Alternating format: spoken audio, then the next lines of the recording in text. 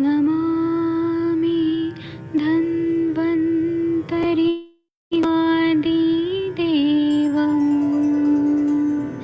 सुरासुरैर्वन्दितपादपद्मम् लोके जरारुभयमृत्युनाशम् दातारमीशम् विविधौषधीनां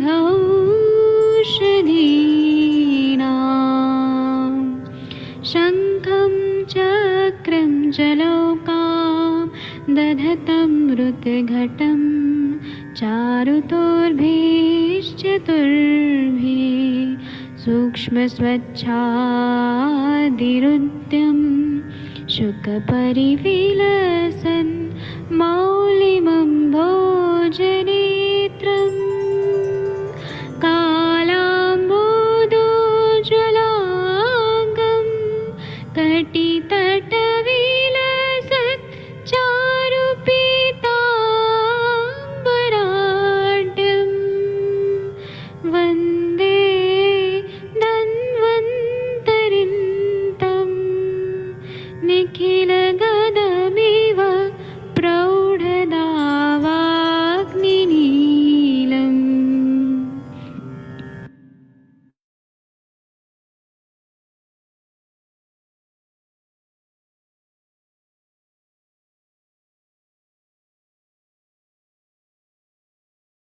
को मैं वैद्य अरविंद पाठक आप सभी लोगों का स्वागत करता हूं। आइए आज हम लोग माधव निदान पढ़ेंगे। माधव निदान में हम लोग मुख रोग पढ़ रहे हैं, उसमें हम लोगों ने दंत मूलगत रोग पढ़ लिया है और अभी हम लोग जिह्वागत रोग पढ़ेंगे। मैं यहाँ पे कुछ लोगों को को होस्ट बना देता हूँ और इसमें हम लोग, एक मिनट रुक जाइए, मैं अनम्यूट करने का भी ऑप्शन देता हूँ। जिनको भी बात करना है वो लोग बात कर सकते हैं अनम्यूट करके। तब तक आप लोग पहले सुनिए मैं क्या बता रहा हूँ। तो जिह्वागत 5 रोग हैं। 30 नंबर का श्लोक है माधव निदान में, मुख रोग निदान, और ये अध्याय नंबर है 56 नंबर। तो इसमें ऐसे बता रहे हैं कि जिह्वा अनिलेन स्फुटिता प्रसुप्ता भवेच्च शाकच्छदन प्रकाशा पित्तेन दह्यते उपचीयते च दीर्घैः सरक्तैरपि कंटकैश्च कफेन गुर्वी बहुला चिता च मासोश्रय शाल्मली कंटकाभैः। एक मिनट रुकिए। हाँ, अब जिह्वा के रोग कहते हैं, इसको ध्यान से सुनिए। इसमें ऐसा बता रहे हैं कि अब जिह्वा के रोग कहते हैं वायु के विकार से जीभ फट जाती है, क्योंकि वायु जो है वो रुक्षता उत्पन्न करता है, तो जीभ में क्रैक्स आ जाते हैं। जिह्वा शून्य हो जाती है। जीभ शाक वृक्ष के पत्तों के समान हो जाती है। जीभ के ऊपर कांटे से निकलते हैं। पित्त के विकार से कांटे कुछ बड़े और लाल होते हैं, उनमें जलन होती है। कफ के विकार से, अब पित्त की वजह से बर्निंग हो रहा है और विकार में कांटे कुछ बड़े और लाल होते हैं, जलन हो रही है। कफ के विकार से जीभ स्थूल हो जाती है। सेमर के कांटे के समान मांस के अंकुर जीभ के ऊपर निकलते हैं। इस व्याधि को जाड़ी कहते हैं। टीकाकार क्या बोलते हैं वो देखते हैं। संप्रति जिह्वागता नाह जीवा अनिलेत नित्यादि सुटितेति मन मनाग विदीर्णा प्रसुप्तेति सुप्तैव रसस्थान अवबोधात् शाकच्छदन प्रकाशेति शाक तरुण पत्रवत् कंटका वित्यर्थः शाको मरुद्रुजः पैतिक कंटक लक्षणे दह्यतीति आत्मने पदा नित्यात्वात् साधु अयम च रोगो जाडिति व्याख्यातः। अब जीवागत रोगों का वर्णन करते हैं। जीवा अनिलिन इत्यादि स्फुटिता, अर्थात बीच में से कुछ फटी चिरी हुई, उसमें मधुरादि रसों के ज्ञान नहीं होता है। मतलब उसमें मधुर रस, अम्ल रस, लवण रस, तिक्त रस, कटु रस, ये इसका ज्ञान नहीं होता है। लॉस ऑफ टेस्ट होता है, इसलिए उसको सोई हुई जीवा ऐसा कहते हैं। शाकत छादन प्रकाशा, सागवान के पत्तों की तरह खुरदरी होती है। शाक एक मरुभूमि में पाया जाने वाला वृक्ष होता है। इसके पत्ते वृक्ष विशाल और खुरदरे होते हैं। शाक मतलब सागवान, वैसे पत्ते रहते हैं। प्रचलित भाषा में इसको सागवान कहते हैं। पैतिक कंटक लक्षण में दह्यति क्रिया में परस्मय पद में निर्दिष्ट किया गया है। यद्यपि दह्यते ऐसा आत्मनेपद पदस्थ पाठ होना चाहिए था, किंतु आत्मनेपद के अनित्य होने से वह दह्यते भी ठीक ही है। लोक भाषा में इसको जाडी कहते हैं। जीवा रोग 5 प्रकार के होते हैं: वातज, पित्तज, श्लेष्मज, अलास और उपजीव्यक। अब क्रमशः इनके लक्षण कहते हैं। वात प्रकोप से जीवा फटी हुई तथा सागवान के पत्ते के समान खुरदरी एवं रस ज्ञान से शून्य से रहती है। पित्त प्रकोप से जीवा में अत्यंत जलन होती है एवं रक्त वर्ण के लंबे लंबे कांटे निकल जाते हैं। कफ प्रकोप से जीवा भारी होती है तथा उस पर मल की मोटी तह जमी रहती है। इसके अतिरिक्त उसके ऊपर मल के कांटों के समान मोटे मोटे मांसांकुर उत्पन्न हो जाते हैं। मधुकोशकार इससे लोक भाषा में जाड़ी कहते हैं, किंतु आंतंक दर्पण नाम का जो ग्रंथ है उसमें नाड़ी कहा लिखा गया है। यहाँ पर लेख प्रसाद से ज और न का साम्य होने से नाड़ी या जाड़ी ऐसा पाया जाता है। अब मतलब जीवा में ऐसे तरह के हो जाते हैं। इसके बाद आ रहा है अलास के लक्षण। ये तीन तो दोषों के से हो गया, वात पित्त कफ से। अब आ रहा है अलास। इसमें बोल रहे हैं कि जिह्वा तले यह शवतु प्रगाढ़ सो अलास संज्ञः कफ रक्त मूर्ति ही जिह्वाम तु स्तंभयति प्रवृद्धो मूले च जिह्वा भृशमेति पाकम। मतलब जिह्वा के नीचे जो दारुण शोथ होता है उसकी अलास संज्ञा है। यह कफ और रुधिर के प्रकोप से होता है।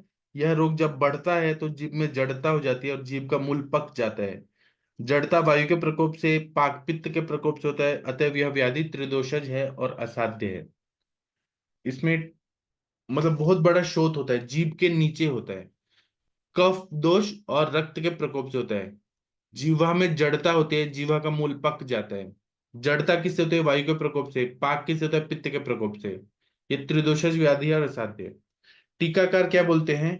अलासम माह जीवेत्यादि प्रगाढ़ इति प्रकर्षण गाढ़ो दात इत्यर्थ तेन जीवागतेष्व अलासस्तु इत्याभिना अलासस्या साध्य नोक्ता शुच्यते कफ रक्त मूर्ति रीति कफ रक्ताभ्याम हेतुभ्याम लब्ध मूर्ति ही कफ रक्तज इत्यर्थ जिह्वा स्तंभेन वायुरप्यत्र बोधव्यः वृषपाकेन पित्तम अतस्त्रिदोषजो गेयः अत एवानस एव एवास्यानुपक्रमेणा असाध्यत्वं कफ रक्तयोस्तु प्राधान्यनाभिधानम अधोगतः इति पाठांतरे जिह्वाया अधोगतः। अलास के लक्षण कहते हैं जिह्वातल इत्यादि प्रगाढ़ अर्थात अतिशय प्रगाढ़ व दारुण होता है। इससे जिह्वागतेष्वलासस्तु इस वक्ष्यमाण साध्या सद्य विवेचन प्रकरण में कही गई अलास की असाध्यता प्रकट हो जाती है। कफ रक्त मूर्ति अर्थात कारणभूत कफ और रक्त के प्रकोप से इस रोग का उद्भव होता है। अर्थात यह रोग कफ रक्तज होता है। जिह्वा के स्तब्ध हो जाने से, वायु और अत्यंत पाक होने से पित्त का प्रकोप भी पाया जाता है। इसलिए त्रिदोषज व सन्निपातज मानना चाहिए। इसलिए इसकी चिकित्सा न लिखने से असाध्यता प्रकट हो जाती है। कफ और रक्त की तो इसमें प्रधानता होती है, अनुबंध तो शेष दोषों का भी होता ही है। अधोगतः इस पाठांतर में इसमें जीवा के नीचे होना पाया जाता है। कफ और रक्त के प्रकोप से जीवा तल पर एक भयंकर शोथ हो जाता है, जिसके बढ़ जाने से जीवा अटक जाती है। जीवा के मूल में तीव्र पाक हो जाता है। इस भयानक रोग को अलास कहते हैं। कफ और रक्त के अतिरिक्त इसमें वात और पित्त का भी अनुबंध रहता है, क्योंकि वात प्रकोप से जीवा में स्तंभ हो जाता है और पित्त प्रकोप से तीव्र पाक। इसलिए यह त्रिदोषज होता है। दोषों का तीव्र प्रकोप होने से असाध्य भी होता है। इसके बाद आता है उपजीविका के लक्षण। 32 नंबर का श्लोक है। इसमें बता रहे हैं कि जिह्वाग्र रूप शवतुर ही जिह्वा मुनम्य जातः कर कफ रक्त मूलः लालाकरः कंडुयुतः सशोषः सा तुप जिह्वा पठिता भिषग्भिः। मतलब जीवा के अग्रभाग के आकार की सूजन जीभ के ऊपर हो जाती है। उससे जीभ ऊंची हो जाती है।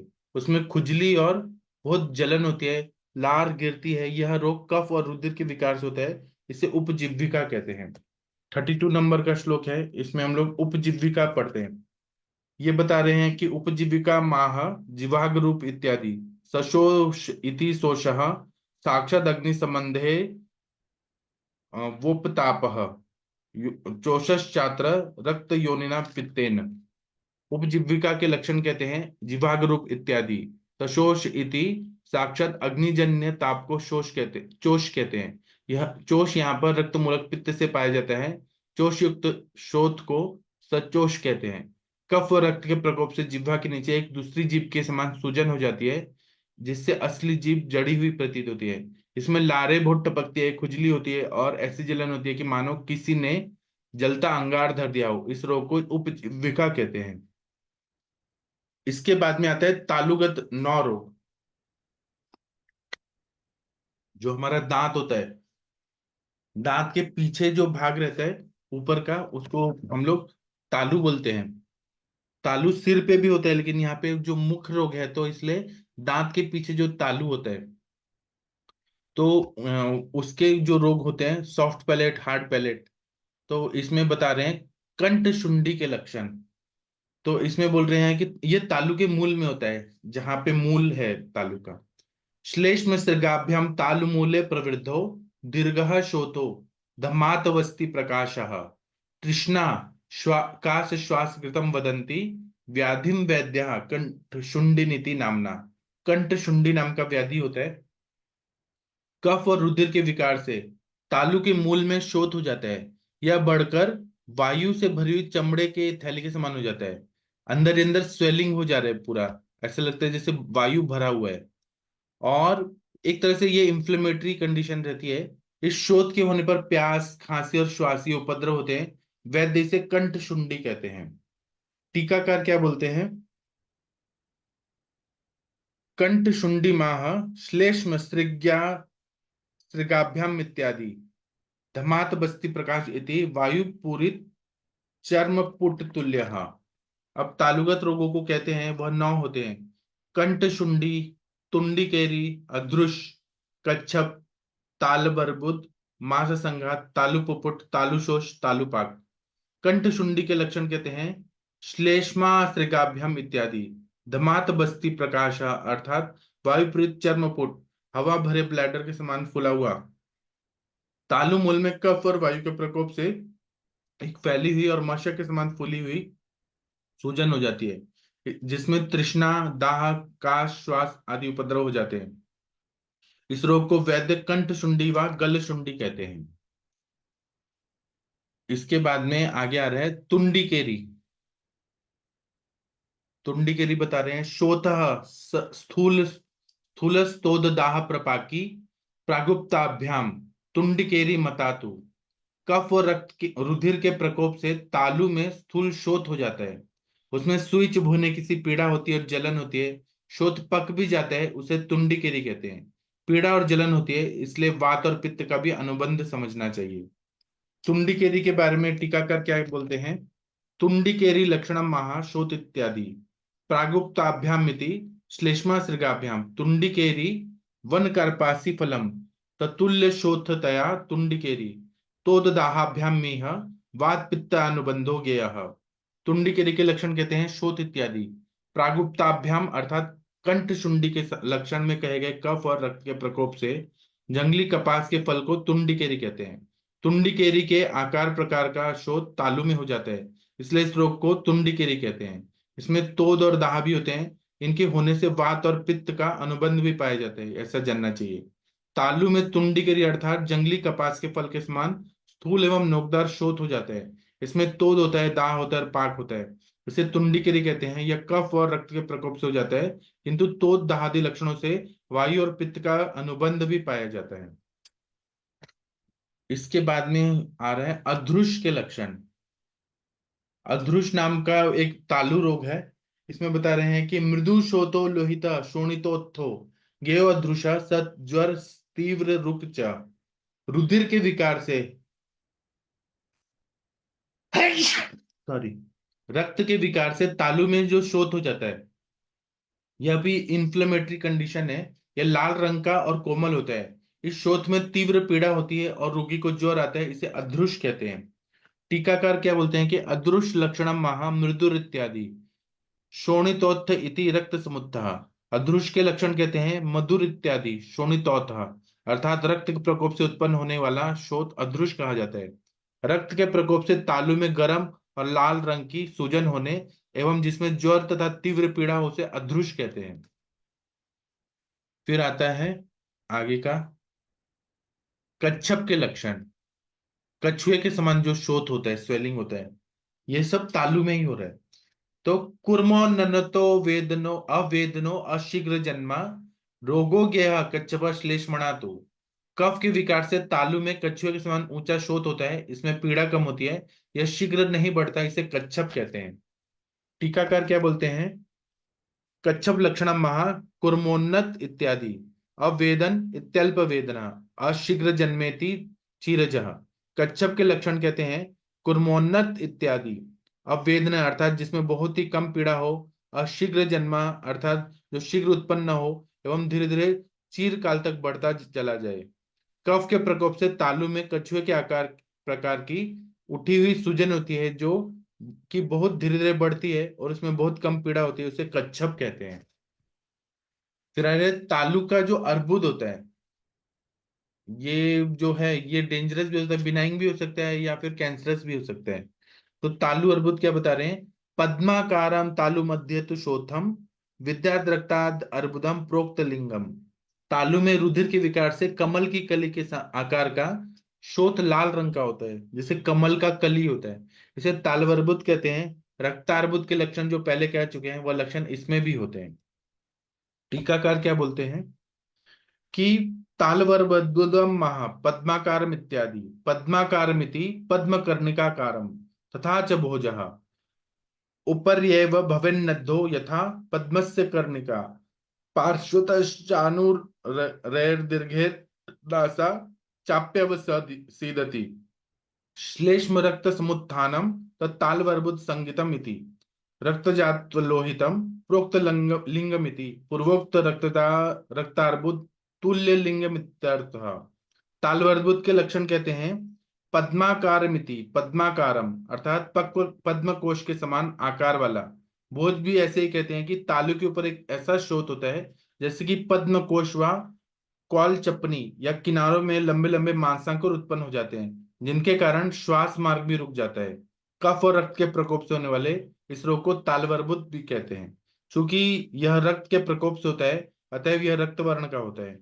प्रोक्त लिंगम अर्थात अर्बुद रोगाधिकार में कहे गए रक्तार्बुद के लक्षण भी इसमें पाए जाते हैं। शेष लक्षण तो एक सम ही प्रतीत होते हैं, किंतु उसमें निरंतर रक्तस्राव होता रहता है और अधिक रक्तक्षय हो जाने पर रोगी पांडुवर्ण का हो जाता है। और यह रक्त अर्बुद चाहे यहाँ हो और चाहे वहां का हो, दोनों असाध्य ही होते हैं। तालु में पद्म के समान रक्त वर्ण का एवं पद्मकोप के समान कंटकों से अवकीर्ण एक प्रकार का शोथ हो जाए, इसके अतिरिक्त इसमें स्वतंत्र रक्तार्बुद के समान सब लक्षण पाए जाएं, उस रोग को तालवर्बुद कहते हैं। इसके लिए पूर्वोक्त गलगंड मानादि रोगाधिकार में कहे गए रक्तार्बुद के लक्षण देखने चाहिए। उसमें निरंतर रक्तस्राव होता रहता है, इसमें भी वह असाध्य होता है, वहां पर भी असाध्य होता है। यहाँ पे मतलब ये रक्तार्बुद है ना, ये कैंसर जैसा हो रहा है जो सॉफ्ट पैलेट में हो रहा है, इसमें रक्त निकल रहा है। फिर बोल रहे हैं कि मांस संघात के लक्षण आगे आगे आ रहा है। मांस संघात के लक्षण इसमें बोल रहे हैं कि दुष्टम मासम निरुजम तालु मध्य कफाशूनम मास संघात माहु। तालु में कफ के विकार से मांस दूषित होकर सूज जाता है, इसमें पीड़ा नहीं होती, इसे मांस संघात कहते हैं। तो इसमें ये बता रहे हैं कि टीकाकार क्या बोल रहे हैं कि मांस संघात के लक्षण कहते हैं कि तालु के मध्य में कफ के प्रकोप से दुष्ट मांस के संचय से गांठ सी बन जाती है, उसमें किसी भी प्रकार की पीड़ा नहीं होती हुई, इस रोग को मांस संघात कहते हैं। फिर इसके बाद में 36 नंबर का श्लोक है तालु पुपुट के लक्षण। इसमें बोले निरुक्त स्थायी कोल मात्रा कफात्स्यान मेदो युक्तात् पुपुटस तालु देशे। इसमें बोले कफ और मेद के विकार से तालु में बेर के समान स्थिर शोथ होता है, इसमें पीड़ा नहीं होती है, इसे तालु पुपुट कहते हैं। तो इसमें ये है। और इसके बाद तालु शोष के लक्षण वो भी हम लोग पढ़ लेते हैं। शोषोत्यर्थम दीर्यते चापि तालुहु श्वासश्चोग्रस तालु शोषो अनिलाच्य। वायु के कोप से तालु में अत्यंत शोष होता है, तालु फट जाता है, उग्र श्वास आती है, इसे तालु शोष कहते हैं। वाग्भट ने इसे वात पित्त के प्रकोप से उत्पन्न कहा है। टीकाकार क्या बोलते हैं? पुपुटम पुपुट महा निरुक इत्यादि पुपुट पुपुटस तालु देशे इति तालु पुपुटः। तालु शब्दो अत्र लुप्त निर्दिष्टो द्रष्टव्यः। तालु शोषस्तु पित्तात् इति केचित् पठन्ति पित्तस्यापि शोषकत्वात् केचित्तु वक्ष्यमाणं पित्तं कुर्यादिति पद्मात्रापि संबंध श्वास चोग्र इति चकारम भिन्न क्रमेण योजयित्वा विभक्ति विपरिमाणम विपरिणामं च कृत्वा पित्तं तालुशोषं कुर्यादिति व्याचक्षते। किंतव्यम भोजे अपि वातादेव पठितः यदुक्तम तालुशोषो भवेद्वातात् इत्यादि। पुपुट के लक्षण कहते हैं निरुग इत्यादि। यह पुपुट तालु प्रदेश में होता है, इसलिए इसे तालु पुपुट समझना चाहिए। यहाँ पर तालु शब्द लुप्त होकर पुपुट रह गया है। कुछ विद्वान तालु शोष को पित्त प्रकोप से मानते हैं, क्योंकि पित्त से तृष्णा त्रिषा लगाया करती है। तालु शोषो नीलाकार इस स्थान पर तालु शोषस्तु पित्त ऐसा पाठ करा दिया गया है, क्योंकि पित्त भी शोषक होता है। कुछ विद्वान तालु पाक लक्षणों में कहे गए पित्तम कुरत इस पद से तालु शोष के में भी अध्यार करके तथा श्वासोग्र इस पद से निहित चकार को क्रम भेद से रखकर तथा विभक्तियों को बदलकर पित्त दोष तालु पाको कर देते हैं, ऐसा अर्थ ले लेते हैं। कफ और मेद के प्रकोप से तालु प्रदेश में बेर के समान एक स्थायी गांठ बन जाती है, उसे तालु पुपुट कहते हैं। बेर के समान है ये, बेर फल होता है ना, वैसे शोथ हो जाते हैं। पीड़ा नहीं होती है, लेकिन इसमें मतलब शोथ हो जाते हैं। दूसरा बोल रहे हैं वायु के प्रकोप से तालु बार बार सूख जाता है और बीच में से फट जाता है, श्वास का वेग बढ़ जाता है, इस रोग को तालु शोष कहते हैं। फिर है तालु पाक, आगे आ रहे हैं तालु पाक।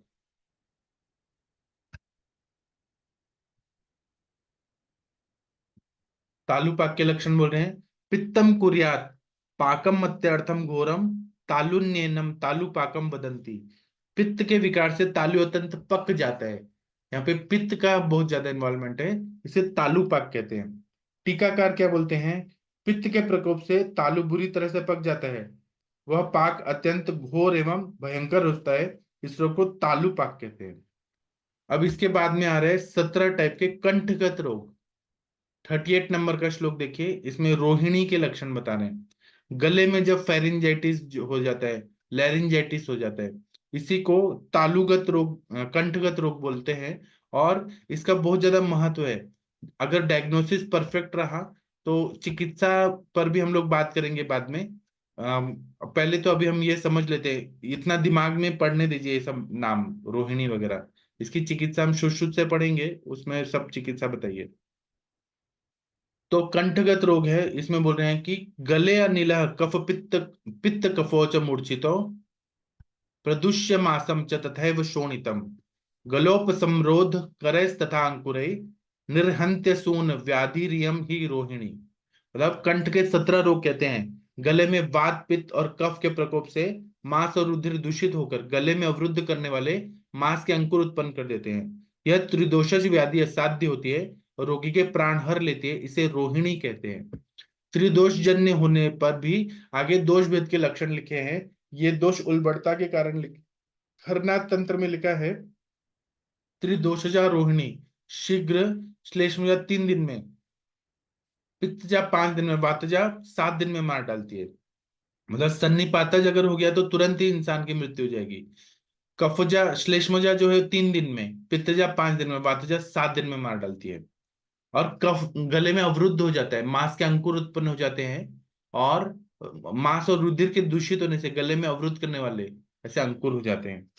टीकाकार क्या बोलते हैं, कंठगतास्तु रोहिण्याद्यः सप्तदशोच्यन्ते तत्र पंचाणम रोहिणी नाम सामान्य संप्राप्ति माह गले अनिल इत्यादि सर रोहिण्य सन्निपात जाह उत्कर्षाद वाता जादि व्यपदेशः अन्ये तु पृथक समस्ताश्च तथैव शोणित इति पठित्वा शुश्रुते एक दोषजत्वमप्यमायाहुः भोजे अप्युक्तम वात पित्त कफः रक्तमेकशः सर्वशो अपि वा कंठम यदा निषेवन्ते इत्यादि निहन्त्य सुनित्यनेन यद्यपि सामान्येन असाध्य मुक्तम तथापि सप्ताहादिना पृथक दोषत्रय जानानुपक्रमेण असाध्यत्वम एवं रक्तजायम अपि सन्निपाताय जस्तु जन्मनेनाव असाध्यत्वम यदुक्तम भोजेन तालुः शुष्यति कंठस्य वातेना नाम्यायते यदा कंठे स्यान्न अप प्रसच्ये सप्ताहम च स जहत्य सुन उष्यते चुष्यते पित्तात् चुष्यते परिदह्यते अंगाः अर्च जह्यात् स प्राणशु चतुर्दिनात् इति। तालु रोगों की संप्राप्ति के नंतर कंठगत रोहिणी आदि 17 रोगों का वर्णन किया गया है। उसमें सबसे पहले पूर्व 5 प्रकार के कंठ रोहिणी को सामान्य संप्राप्ति लिखते हैं, गले, अनिल इत्यादि। ये तो पांचों ही रोहिणियां तीनों दोषों के प्रकोप से होती है, फिर भी इनमें दोष व्यपदेश अर्थात अत्युत्कर्ष का बोधक होता है, अर्थात त्रिदोष प्रकोप होने पर भी जिस दोष का उच्छ्राय होता है तद्दोष ही उस रोग को कहा जाता है।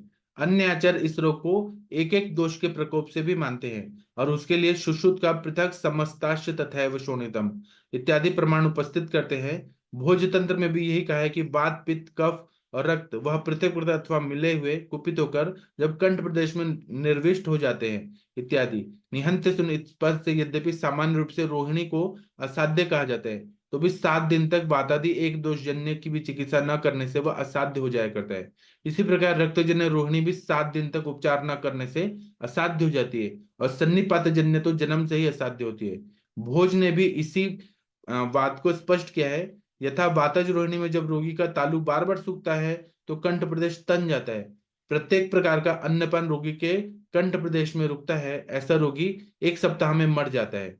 पित्तज रोहिणी जो व्याधि है, इसमें रोगी को ओष, चोष, ताप आदि दाहजन्य अवस्थाओं में पीड़ित होता है और ऐसा प्रतीत होता है मानो शरीर पर किसी ने जलते अंगारे बिछा दिए हों। ऐसा रोगी 4 दिन में मर जाता है। कफ प्रकोप से कंठ प्रदेश के अंदर और बाहर शोथ हो जाता है, श्वास और गला रुक जाता है। ऐसी कफ रोहिणी से पीड़ित मनुष्य 3 दिन में मृत्यु मुख में चला जाता है। रक्तज रोहिणी के लक्षण भी पित्तज रोहिणी के समान होते हैं। त्रिदोष प्रकोप से होने वाली एवं त्रिदोष के संपूर्ण लक्षणों से युक्त सन्निपातज रोहिणी जन्म से असाध्य होती है। सन्निपातज रोहिणी तो तत्काल रोगी को मार देती है, शेष चारों समय पर उपचार न करने पर रोगी नष्ट कर देती है। ऐसा पाठ भी कहीं कहीं पाया जाता है। भोजतंत्र में अन्या सद्यो मारती ऐसा पाठ पाया जाता है, और इससे रक्तजन्य रोहिणी को भी असाध्यता प्रकट होती है, किंतु रक्तज रोहिणी साध्य ही होती है। सुश्रुत में कहा है कि लेखताश्चतस्रो रोहिण्या, अर्थात चारों रोहिणियां लेख्य होती हैं, लेखन करना पड़ता है। सुश्रुत सूत्र अध्याय 25 इति तथा च साध्य रोहिणियों में रक्त मोक्षण करना हितकर होता है। सुश्रुत चिकित्सा स्थान अध्याय 22 इत्यादि सुश्रुत प्रमाण से रक्तज रोहिणी की भी चिकित्सा पाई जाती है। अथच कंठगत रोगों में एक ही रोहिणी जो कि सन्निपात जन्य होती है, रोहिणी, गले इत्यादि प्रमाण वाक्य द्वारा असाध्य होती है।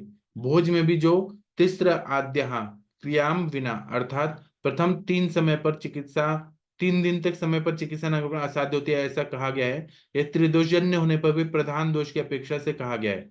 खरनाथ संहिता में सन्निपातज रोहिणी को तत्काल मारक कहा गया है, जैसे कि कहा है कि त्रिदोषजा शीघ्र मार देती है, कफजन्य रोहिणी 3 दिन में और पित्तजन्य 5 दिन में, और वातज रोहिणी 7 दिन में प्राणों को हर लेती है। वात, पित्त, कफ इन तीनों दोषों के प्रकोप से गले का मांस और रक्त दूषित हो जाते हैं, जिससे गले को रोकने वाले मांसांकुर उत्पन्न हो जाते हैं, इसे रोहिणी कहते हैं। इसमें यदि उपचार तत्काल न दिया जाए तो शीघ्र प्राणों को हर लेती है, यह बड़ा भयंकर रोग है। इसका अभिप्राय यह है कि रोहिणी प्राण नाशक होती है, किंतु उत्पन्न होती यदि इसकी चिकित्सा कर ली जाए तो प्राण बच जाते हैं। उपेक्षा करने पर एक दोषज भी प्राणों को हर लेती है, और यह त्रिदोषजा तो असाध्य होती ही है। इस तरह से हम लोगों ने ये पढ़ लिया टाइप्स। अब हम लोग वातजा रोहिणी, पित्तजा रोहिणी ये हम कल करेंगे। अभी मैं आधा घंटे का ब्रेक देता हूँ। अब हम 7 बजे मिलेंगे। 7 बजे हम लोग अष्टांग हृदय का भूत प्रतिषेध वाला जो अध्याय है वो हम लोग पढ़ेंगे। उसमें सब लोग आइए संस्कृत के श्लोक पढ़ना सिखाएंगे और एक एक श्लोक का अर्थ पे डिस्कशन होगा। तब तक के लिए थैंक यू, प्रणाम सभी लोग को।